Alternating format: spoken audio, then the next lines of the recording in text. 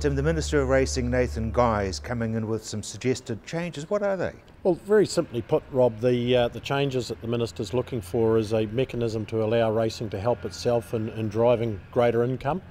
Probably three key components. One is that the TAB can offer some products that are currently not available that New Zealand punters might be using from offshore operators. The second one is the ability to pay a fee, that if they are betting on New Zealand racing, that they have to pay a percentage or some form of fee to New Zealand. And the third one is to have a mechanism by which a fee is paid to use the intellectual property, the information that we as clubs provide through the fields that we publish and the jockeys lists we publish and the programs that we advertise and which horses compete in, that all ends up forming an information base that offshore operators are using to sell bets to their customers, and the local industry is getting nothing for that. So I guess you'd be right behind them. Oh, very much so, because it's a means of our local industry being able to drive income from product we already own.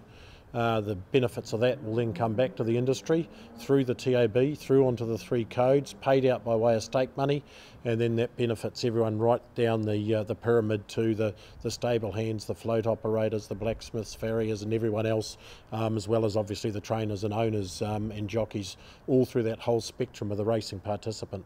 It can only be good as far as the industry is concerned. It's hard to imagine there be any negative comment. I mean, it's a bit like a farmer selling a lamb to someone in Europe, and that person in Europe saying, well, by the way, we're not going to pay you for it now.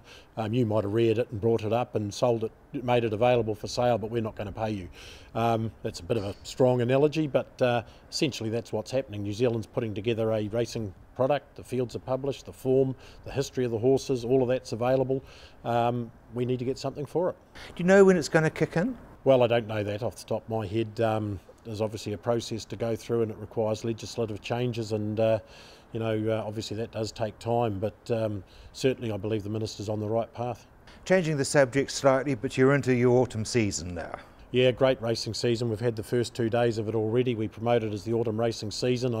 I think if any season of the year sort of qualifies for that term, it's autumn, with the changing of the colours and the leaves and everything, and we see that around here with all our backdrop.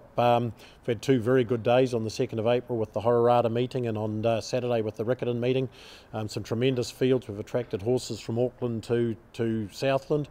We race again on Saturday coming up, the 23rd of April. We've got the time-honoured Coca-Cola Canterbury Gold Cup, a $100,000 Group 3 race. We're looking for a lot of interest from the length and breadth of the country for that, and 2 weeks later on duck shooting morning, dare I say it, unfortunately, in some ways, because so many racing fans like participating in that great rural activity. We race again with a premiere day, which puts some good quality stake money up for local owners and trainers. What I suppose all duck shooting means is it's an early start for some of the punters. Absolutely. There's nothing to stop them. And in fact, there are many people ring me from my mice all around New Zealand saying, we're sitting here, we've got the radio going or the TV going in our mai. What's the winner? We want to have a bet while we're sitting here. So there's a lot of racing fans like duck shooting and vice versa. And Tim, the staff have got your park looking fabulous as always.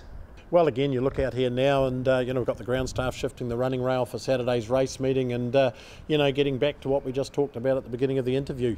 If more money comes through the New Zealand racing system, it benefits everyone, right down to the people that do work on the tracks and work in the stables. So, getting back to the start of the conversation, it's something that can only benefit the industry.